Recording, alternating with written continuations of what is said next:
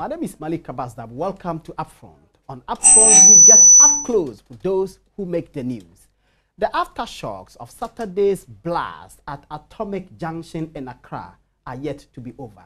The Association of Oil Marketing Companies are angry. In fact, they are up in arms against metropolitan, municipal, and district chief executives. Why? They believe that these government officials are illegally closing down oil dispensing centers. When we come back from the break, I will introduce a member of the association and we will settle for this discussion. Keep watching.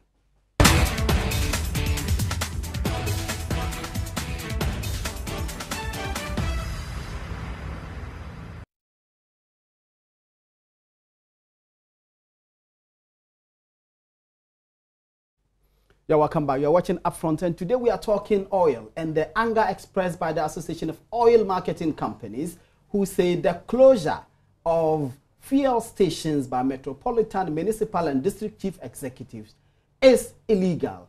My guest is Mr. John Sani Thomas, who is a member of the association and the managing director of Glee Oil Limited. John, welcome. Thank you, Malik. Why are you guys angry? Well, first of all, Malik, thank you for having me on your show.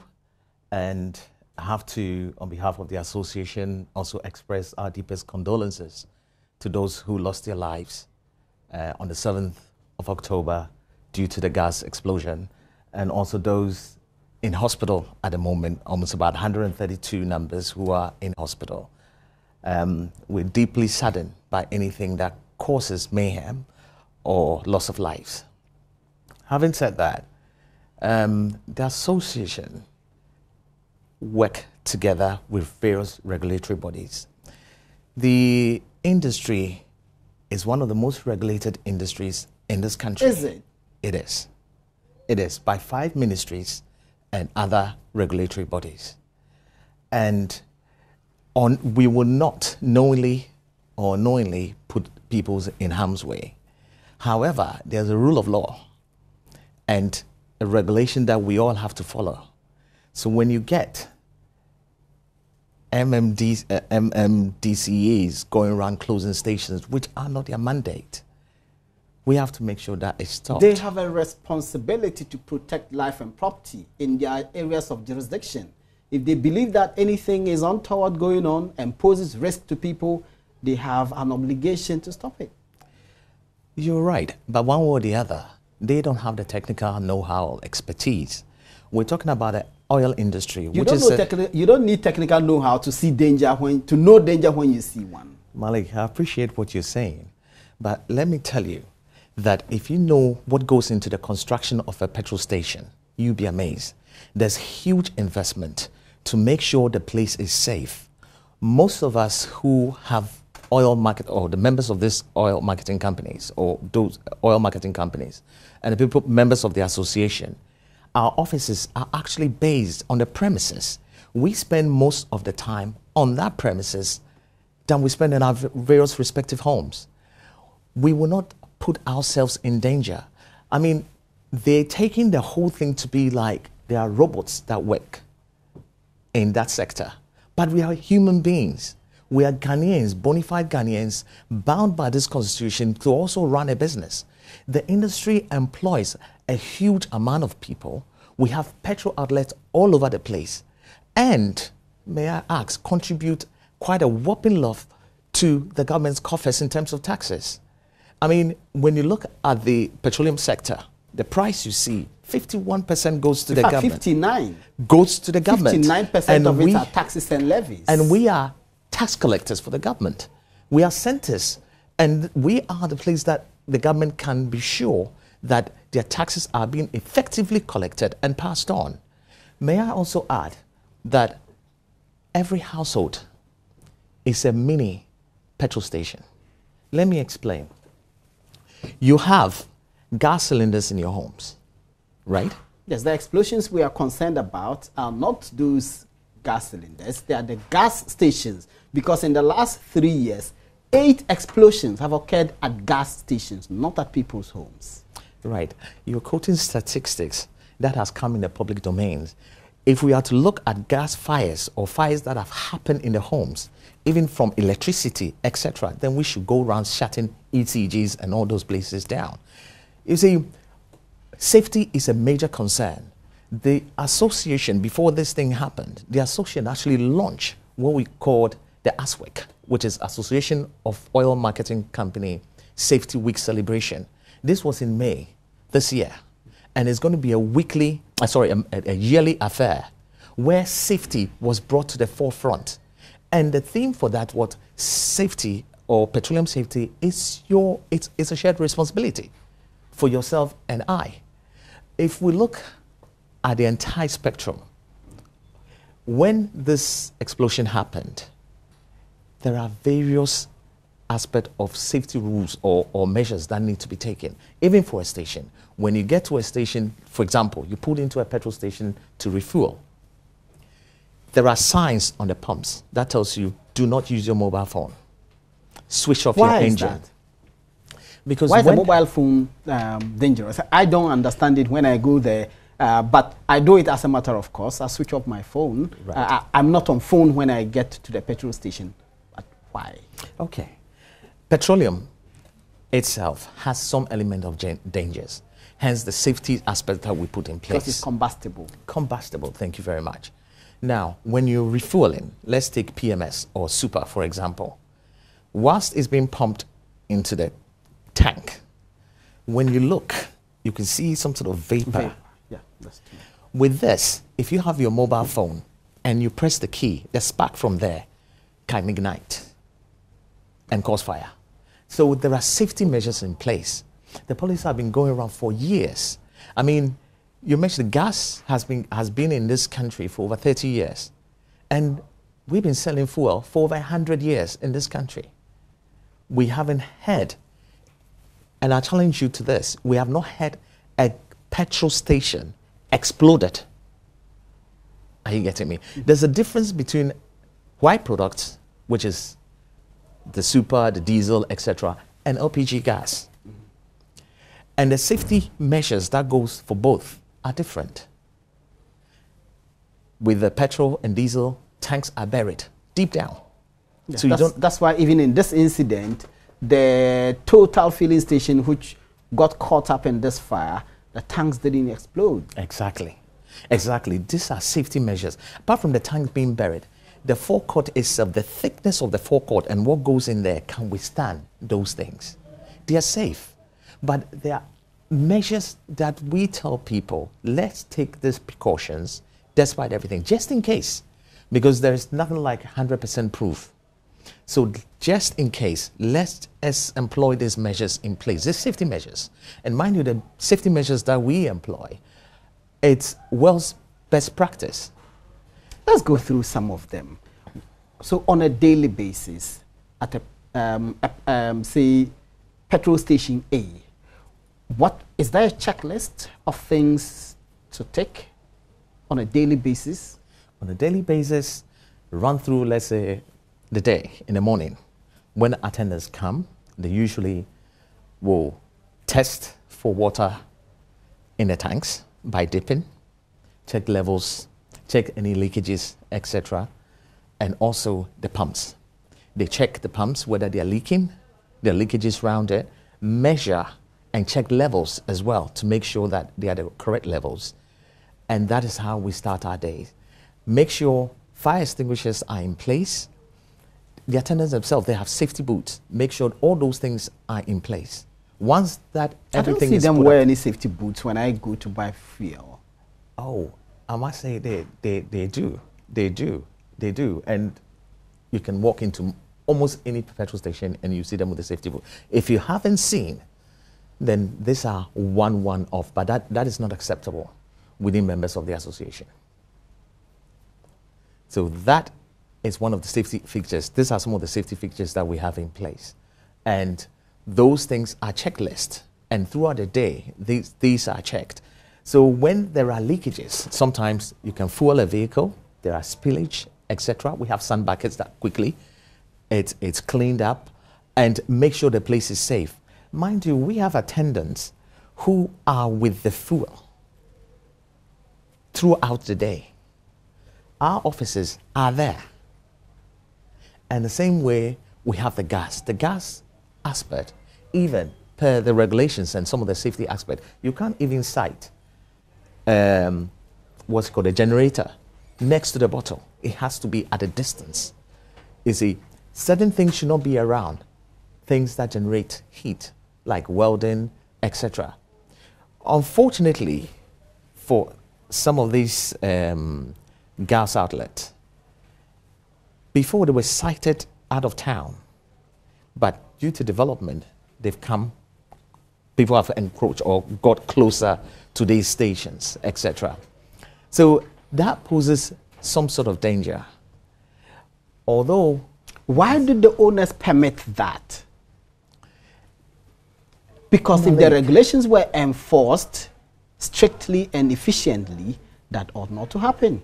Malik, if you take this, that you've purchased a land, let's say about 2 plots or 3 plots for your gas, situated in a remote area. Due to development, they've come around you.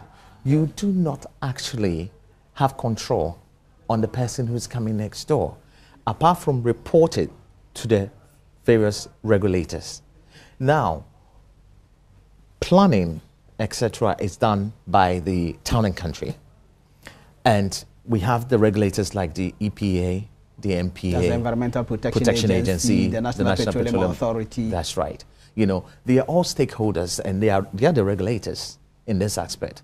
So these organizational institutions are there.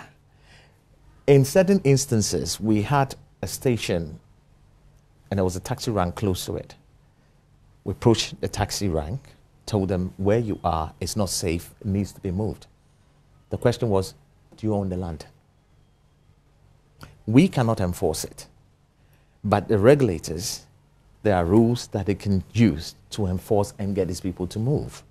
And if the regulators fail in their duty, and you don't bring your power to bear, your authority to bear on them to enforce the regulations, people's lives are at risk. And so when those people then decide closing down your station, you can't be angry. You see, I think, let me cite this example. What happened at Danger, for example? Yes. May God have mercy on his soul, and Major Mahama, yes. may his soul rest in perfect peace. What happened to him? The investigation was done by the police, and the police were the one that arrested people, prosecuting people. Could you imagine if MCs should take on that role and start arresting people? They don't have the mandate. Simple. The rule of law in this country, and Parliament actually mandated the National Petroleum Authority, EPA, the Ghana Standard Authority. These guys are there to make sure things are done properly. And these are technocrats who are well trained and are well schooled in the petroleum sector. So someone who has a layman view, as you were presented to me, is a time bomb. How can this be a time bomb? Because they don't know the safety aspect that goes into it. These guys know, they've been specially trained. And I tell you, when I say this place, the industry is one of the most regulated. Before you even get your license to operate a station, it takes about 6 months. You have to go through all the regulated, when you have a land, oh, I want to build a station, you first have to go for a no objection status letter from the National Petroleum Authority. And before that is granted, they will inspect the bare land, make sure it is okay. And even then, when you're given the permission, the letter to go ahead, you need to contact the EPA, the fire, the town and country to say that that's a zone area for a filling station. Because one thing people also don't realize is that throughout the country, areas are zoned for industry. Some are heavy industrial areas, light industrial, and some are purely residential. Yeah.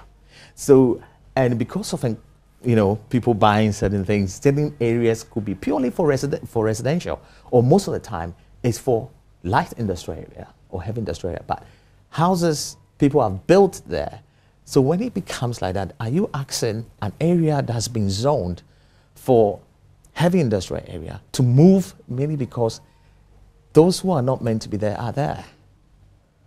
So what we are saying is that some of these things is very hard to control. Is it your view that the agitations that we have seen about fuel stations cited to schools and residential areas, that those agitations are not very well informed? Thank you, Malik. I would say speculation thrives where information is a hoarded commodity. Meaning that sometimes people are not giving the correct information, or they are misinformed, or the information don't come in totality. With the MPA regulations, there are, for new stations that's been cited, you will not be allowed to site near a school. But they have all their measures and regulatory aspect. So if you want to site next to a school, you apply to the MPA. They'll come and inspect if within a distance that it needs to be sited. They'll give it a permit, provided you meet all the criteria. Other than that, it will be a no. And sometimes also stations have been there. There is one station, I won't mention names. This station has been there for 20 years. People have built around it, including a church, which shares a wall, and a school a few meters away. This station has been there for donkey years. Now, we're saying that because there's a church, there's a school, that station should be decommissioned? No. But the main thing is that the public needs to be made aware. I can understand the public anxiety. The explosion, what happened on Saturday was horrible. Horrendous. All of us, anyone that saw what happened, those who witnessed and those who we saw on TV, extra, we kept calling each other. It was horrific. The industry we wouldn't even like to condone or say that, oh, it's one of those. No. Any accident whatsoever in the industry, no matter how light, is taken seriously. And that's why, as I said before, the association went ahead, before even this explosion, brought in that safety week, which is a safety week celebration, which is going to be yearly. Having said that, the MPA, the National Petroleum Authority, also have their safety measures. There are training that goes on regularly, even at the stations. But the MPA itself, and I'm talking about the chief executive of the MPA, Hassan Tampuli, conceded in the aftermath of this horrendous blast that the driver and his mate, who were discharging this fuel and noticed the leakage and then decided to flee the area and alert other people, if they were properly trained, they would have closed a particular valve and this disaster could have been averted. So training is lacking. Malik, I would beg of you, because what Mr. Tampuli said, and I respect the man, he's a man of great integrity. I have not heard a statement myself, but I would rather we wait till we get a report, because it's very easy to scaremonger or to speculate that this was what happened. We don't know. The people in charge to bring us a report as to what happened are the fire department. And their report will be key, the fire department and the police. They are to give us the report. Once we have the report, we can sit down and conclusively put certain arrangement in place. Anything that happens, we have to learn from, so that that incident does not happen again. If I had a fuel station next to my house, should I worry? I would not worry. Should I worry? You should not worry. It's your business, and so you should not worry. You may not worry, but should I worry? No, you should not worry. That's why I said speculation thrives where information is a hoarded commodity. Stations have been run residents. People have lived even on the premises of stations for years. Nothing has happened because of precautionary and safety measures put in place. And some places you even go, you can't even smell anything. It doesn't look like a petrol station. But we don't have to wait for disasters or things like this to happen for us to take measures. The policies are in place. I'm telling you, policies are in place for years and it's working. Except nothing is 100%. Certain places there are lapses. Where there are lapses, we need to make sure that we have things in place that we can control those lapses. Our association, for example, we have our own code of conduct that there are certain things that people have to adhere to, more especially to the NPA regulations as to what governs and running a petrol station. Do you have sanctions? What's the basis for the sanctions, if you have any? There are sanctions. Is that for the association? Yes, for the Association of Oil Marketing Companies. The association doesn't have a direct sanction as to the NPA, but sanctions are put in place by the NPA. Let me tell you one or two things. Now, do you know of any companies which have been sanctioned, either by the NPA or by any other governmental agency, for breaches? You see, there are various types of sanctions, and I will not speculate or mention names of companies that has been sanctioned. That will not be proper. However, what I can say is that NPA have sanctions for certain breaches, and they do regular checks. I mean, regular checks. NPA, apart from the licensing of OMCs yearly, they come round, and we've been thinking that, oh, every 6 months. No, sometimes monthly. They'll come, not just test what is going on in the station, they even test the fuel to make sure the quality is the right quality, marked fuel, and none, adulterated product being sold to the public. And anything found, if you're found culpable, you get sanctioned. And I'm talking about fines, and the fines are not easy. They are serious. The sanctions applied? There may be sanctions, but they are just on the books. Are they applied? Don't mention names. Do you know if they are applied? 100% I can confirm that they are applied. And sometimes we think they are too steep. And NPA do not take a shy of issuing sanctions and sanctioning, and even if necessary, they will decommission that station if they find out that they are flouting the rules or the regulations and not doing anything about it. But mind you, let me say something. The part of the regulator's role, the NPA, is not just to go and be sanctioning people left and right for wrongdoings. It's basically to make sure that the rules and the regulations are applied. So an NPA comes to your station, they check, found out that perhaps your valve is faulty or they've seen these lapses. You'll be given a checklist and they'll write what have actually gone wrong. This is wrong, this is wrong, this is wrong. You're given a time limit. Make sure these are corrected by this day. And trust me, NPA will come back and check. And even for that flouting, you get fined. You'll be sanctioned for it. You're fined. And look at what is happening in the industry, where even OMCs were struggling to make ends meet due to this illegal fuel, etc.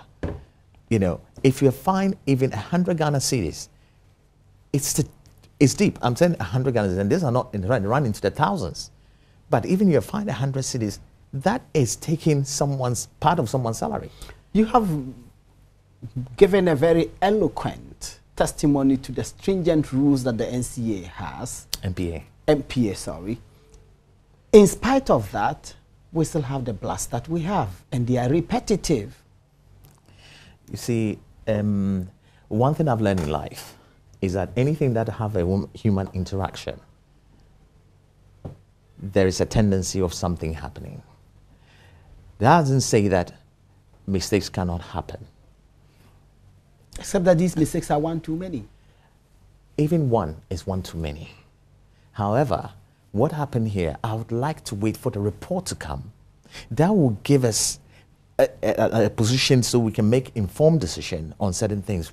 Most likely we shouldn't rush to judgment, because I tell you, whilst we're here, if someone rushing now throws something and run away, and they poll everyone in this studio and ask who was it, how was the height, what was the person wearing, you'd be surprised different accounts people will give. Because when there is disaster, people's mind can go wild. So let's get a right institution to give us a report. Then we can go and see exactly what happened and what measures we can put in place. So for those district chief executives, metropolitan and municipal executives who are concerned about their residents and whose residents are anxious, what should they do? I say they should keep calm, and rather they should engage with us, the OMCs, Association of Oil Marketing Companies, and the association, and again the regulators, MPA, etc. Because they all work hand in hand anyway. The AOMC works closely with the NPA, even with SEPS, GRA, Town and Country, EPA. All these institutions, they work together. And as of now, we have a multi-stakeholder committee that look into all these things. There are measures in place. So when there is an issue like this, I will plead with the MCs, they should be very careful, because what they are doing, apart from breaking the law, one way or the other, they put the scare tactics. That is wrong. Because you have to excuse the OMCs, they have a right too. So although there are dangers, what poses the dangers? You have to prove. And the safety measures are in place, whom the people that the government themselves, Parliament, has mandated to check, and they have the technical know-how, are saying this is this. What does an MC have to go and close stations? What mandate do they have? Who's giving them the mandate to close stations? It is wrong. And the fact that something has happened doesn't mean we should tolerate wrongness. It is not right. And they should put a stop to it immediately. And if they have a concern, engage the people. What is wrong with the MCs organizing safety stuff with the Ghana Fire Service, National Fire Service, organize Safety Week, and even engage the public. Come, let's organize these things in our area. This will sit very well with everybody and alleviate fears. Is this a reflection of a failing on the part of your association? Because if your association was proactive and sufficiently educated the people, there won't be anxiety and there won't be panic and no station will be closed. I would not say it's a failure on our side. I think our association is proactive enough, and a classic example to prove this is what we did in May, engaging the media. And the association on its own cannot holistically engage the public apart from working with the media like yourselves. Like this program, for example, is an eye-opener for some people. But you didn't have to wait for a disaster to happen, for your stations to be closed, for you to express anger, and then to come and explain. Well, we did not wait for our station to be closed. We started our Safety Week somewhere in May. And in conjunction with the MPA, we have training, constant training, most of our association members, almost every 3 months. You can check with the fire service, the National Fire Service. They'll come to premises, train staff, especially forecourt attendants who are directly dealing with fuel, etc. They have training how to fight fire, how to prevent them. Because the key thing is prevention. Once we prevent things like this, there's no way we are going to have any fire when it's prevented. What happened on Saturday is very, very sad. It's rather unfortunate. But having said that, we have measures in place. When something happens, instead of everyone panics, everyone run maniac. And I don't think that is right. We need to keep a cool head. What do you tell the students of UPSA who believe that there's an imminent danger lurking around because there's a petrol station very close to their campus? Well, I would say that there is no danger, in a sense that the National Petroleum Authority... Can we say there's no danger when we saw June 3rd? You see, June 3rd, one or the other. Let's just look at this from a different point of view. June 3rd, although I cannot go into it exactly as to this because we still haven't had the report on what happened, but we all know that June 3rd, there was something that happened, i.e. there was a rainfall that caused so many floodings all over the country. And then the fuel leaked, and the fuel is not supposed to leak. Let me tell you, You know, some of these things, what your station itself aired certain areas where gutters were choked and they were flooding all over the place. Flooding of this kind of nature can happen anywhere, even abroad. Recently, you've seen a hurricane that happened but in the US, etc. Tanks underground, if they are properly secured in accordance with the regulation, they should not leak. They should not leak. But at the end of the day, I cannot comment so much on June 3rd because we have not seen the report. Had it been that I had a report, or we've had a report and had a chance to look at it. We haven't seen the report, but we know that the fuel leaked. We know that for a fact. One way or the other. We know that because of the leakage, it caused the fire. No. And that fire consumed. No. If you say that, you'll be wrong, Malik. The petrol itself, I can pour petrol around here. The petrol will not catch fire unless something is applied to it, i.e. fire, to make it spark. And because of combustion. I can but take one a thing cigar we need to and dip it in water. If there's no petrol which leaked and the petrol was not supposed to leak, there won't be fire. The thing is, fuel, as in super diesel, is lighter than water. So if water gets into fuel, the fuel will rise. Okay.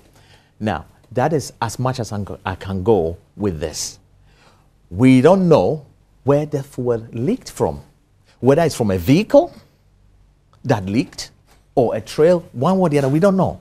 So for June 3rd, I'd rather us wait to see the report. That was 2015. We're in 2017. But Malik, you can appreciate that we are not the one writing the report. They are the various authorities that are writing those reports. Has the association demanded the report? We have demanded the report. We've even written to them requesting to have the report. Unfortunately, we haven't had a report yet. And sometimes... When did you write? We wrote even as early as last year. We even did request for the report. And as of what were you told? Well, we haven't had a good response yet. I need to get back to actually get you the actual dates and exact response. The key thing is that we have not had the report. The report has not been made public. It has not been published one way or the other. So how much of a problem is that? It is a concern.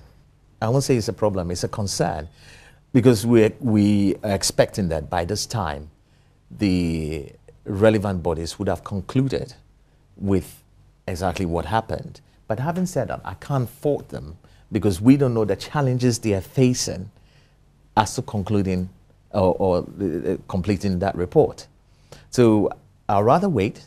What we'll say is that let's importune them and let them come out with a report, and also the report for this on Saturday's explosion, because that would inform us.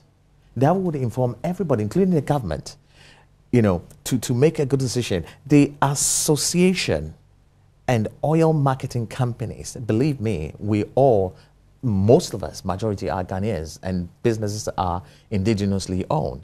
We voted this government in because we believed in this government. We believe that this government has a listening ear who listens to everybody. Help this industry to develop into one of the most enviable and a reference point for even a beacon of Africa. And we believe that if the government is listening, we are asking the government not to rush. Yes, policies are coming out. Engage with the stakeholders. Let's look at it. We will partner with you to make sure that this explosions, this worrying stuff does not happen again, so that Ghanaians can go about their business. You know, okay, when you look at things, even here, coming here today, you coming here today, everybody here, and even your listeners, have engaged with fuel one way or the other. If you sit in a vehicle, they use fuel. Those from kerosene, gas, you know, diesel, all over, even in a building, if you decide you're going to ride, you work in a place like goes off generators, they use fuel. And I think our gensets are on. Gensets are on, you run on fuel. So you see how important fuel is. That's why I mentioned that in every household, there is a mini fuel station. Because if you park your car in your house, that's a time bomb. If you go and apply fire to where fire is not so where you will have a major explosion in your house. If your gas is turned on, you don't switch off, or you take the bit one is leaking and you go and light a match, the place will blow up. But it's just that with fuel station, with gas station, it's on a massive scale. Which is the reason why people are concerned. People and have you every must right. understand that. People have every right to be concerned. And we are concerned. We will not sit back. Let me tell you, for a person to put up a fuel station, it's a lot of money. And most of us have to go on for loans. Most of our members will go for loans with huge interest rate. And they have to pay back. Some of them, members of their families, work at the station. They themselves work there. Do you think anybody in his right mind would deliberately endanger themselves to engage in a business that they know, oh, this is a ticking time bomb and it can kill all of us at the same time? No. No. But it's just that, you know, public perception, it can cause a bit of... Last time, one of the buses that traveled from Accra to Kumasi caught fire.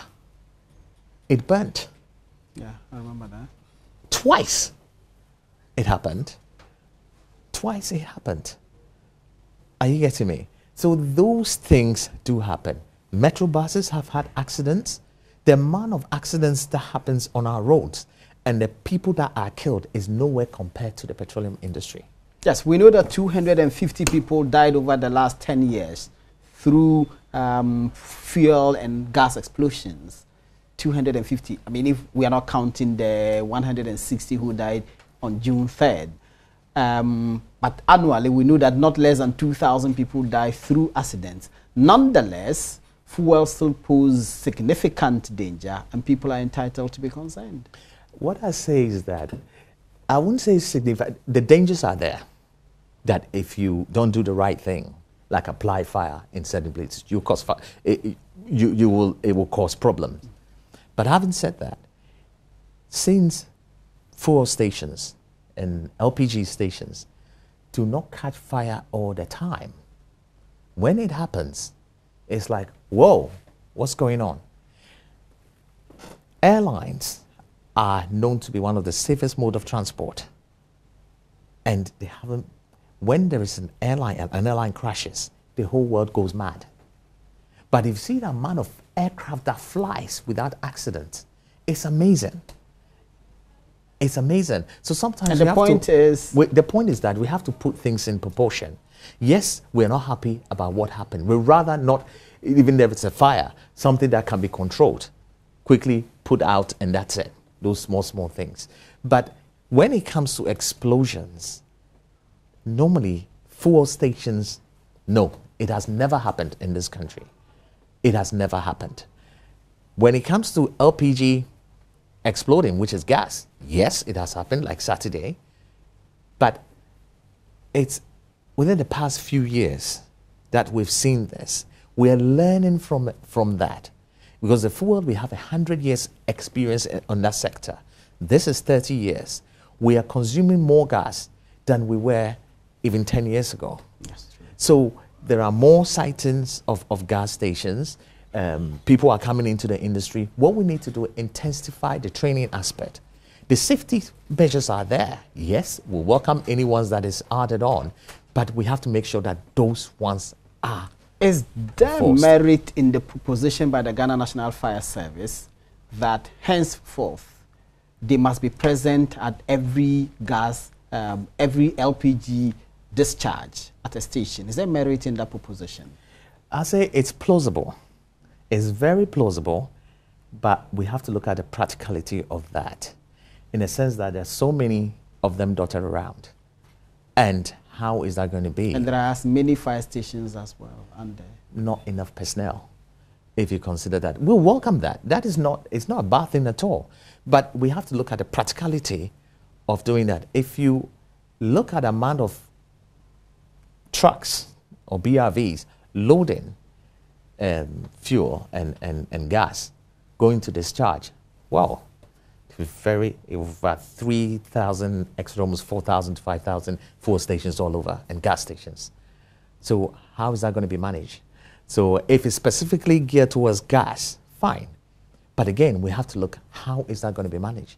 And I think it shouldn't be a decision made solely by the Ghana National Fire Service. It has to be a multi-stakeholder decision. They have to engage us. So we can all put our mind. But if you are not respecting your rules and their explosions, they can impose it on you because they have a bigger obligation to prevent fires. That is a subjective word, that if we're not operating our rules. Well, I mean, the fact that there are given the regularity of explosions, it's not one or two, given the regularity of explosions, and I just pointed out to you that I listed them in the last 3 years, 8 explosions. 8. As much as you see 8, if we should delve into what were the causes of those 8, you will find out that some of them, they were probably someone has brought. I don't want to speculate. Last year, Moses Asaga, who was the chief executive of MPA, said that the explosion which happened at La Trade Fair was the result of an irresponsible human error. That's his personal opinion. Because I have not heard that. That's his personal opinion. And I'm saying it's his personal opinion because I respect Moses Asaga a lot. He's his friend. But the point is that let's get the right people to give us the report. So that is in black and white where we can stand on, and we have to make any demands. We make it on there. So if anything at all, the Ghana Fire Service, what they are recommending is plausible. It's good they're actually thinking. But let's engage us. Engage the industry players. Because at the end of the day, we are going to tell you that, Mr. Fireman, we're going to discharge gas at this premises. We need you there. So let us coordinate and also think about costs. Who's going to pay for that? You know, it's going to be us. At the end of the day, someone have to pay for the cost of they traveling to these places. And also the locations. So what I'm saying is that I'm not saying what you're doing. Is that a cost too heavy to bear by the oil marketing companies? We don't know what the cost is going to be at the end of the day, but it will come with a cost. And what I'm saying is that they should engage us. They should engage the regulators so we can put our minds together. Your mind, my mind, his mind will constitute a much better position than me sitting here and drafting something. Are you getting my point? This is what I'm saying. Let's get the fire service, engage the industrial players or the association. Are you dissuaded by the possible cost burden? No way. Either on the service itself or by your association? No, we are not. Because we get laden with all sort of taxes. We're used to it. Although this is a safety aspect which concerns all of us. Mind you, what concerns you, what you think poses danger to you, it also poses danger to me. I am not immune to a blast should it happen. What will occur to you if we're standing together, the same thing will occur to me. So I really do not see why I have to be, or the association have to shy away because there's a cost element to that. But once we engage each other, we'll find a better way or, you know, a more suitable way of getting around to do this. But I totally applaud them for the decision or for the suggestion they've made that at every discharge, there have to be a fire officer present. I totally, personally, agree with that. Is that proposition itself not borne out by? It's not problematic. If there is a checklist of things to do, and if those things are done, what's the need to have a fire officer or fire officers around when fuel is being discharged? A classic example is when you have a CCTV camera around and one of security around, and you know that you are safe. Anyone that comes there can be picked up. And then having a policeman there with a gun, which you can see. Are you getting me? It's all to do with security. Their presence will alleviate some of the fears that the public has in terms of discharge. If what happened at Atomic, let's say a few stations from there is another gas station discharging, and the public should see 2 fire service officers present, believe me, they will be at rest much better than to see that there's no one around and they will be thinking, they'll be wondering what is going on. But if the presence of the fire officers can also bring out certain things. And what I recommend is that it's not just being there, but also continue whilst they are there to educate the people, the attendants, because sometimes we can have quite a bit of a turnover of attendants, and constant training. You cannot get enough constant training because things are changing. And to mention on the safety aspect, before, our diesel has a very high sulfur rate, 5,000 ppm. Now it's gone down to 50 ppm. So you see that there are a lot that is being done. And I applaud the MPA for pushing this through.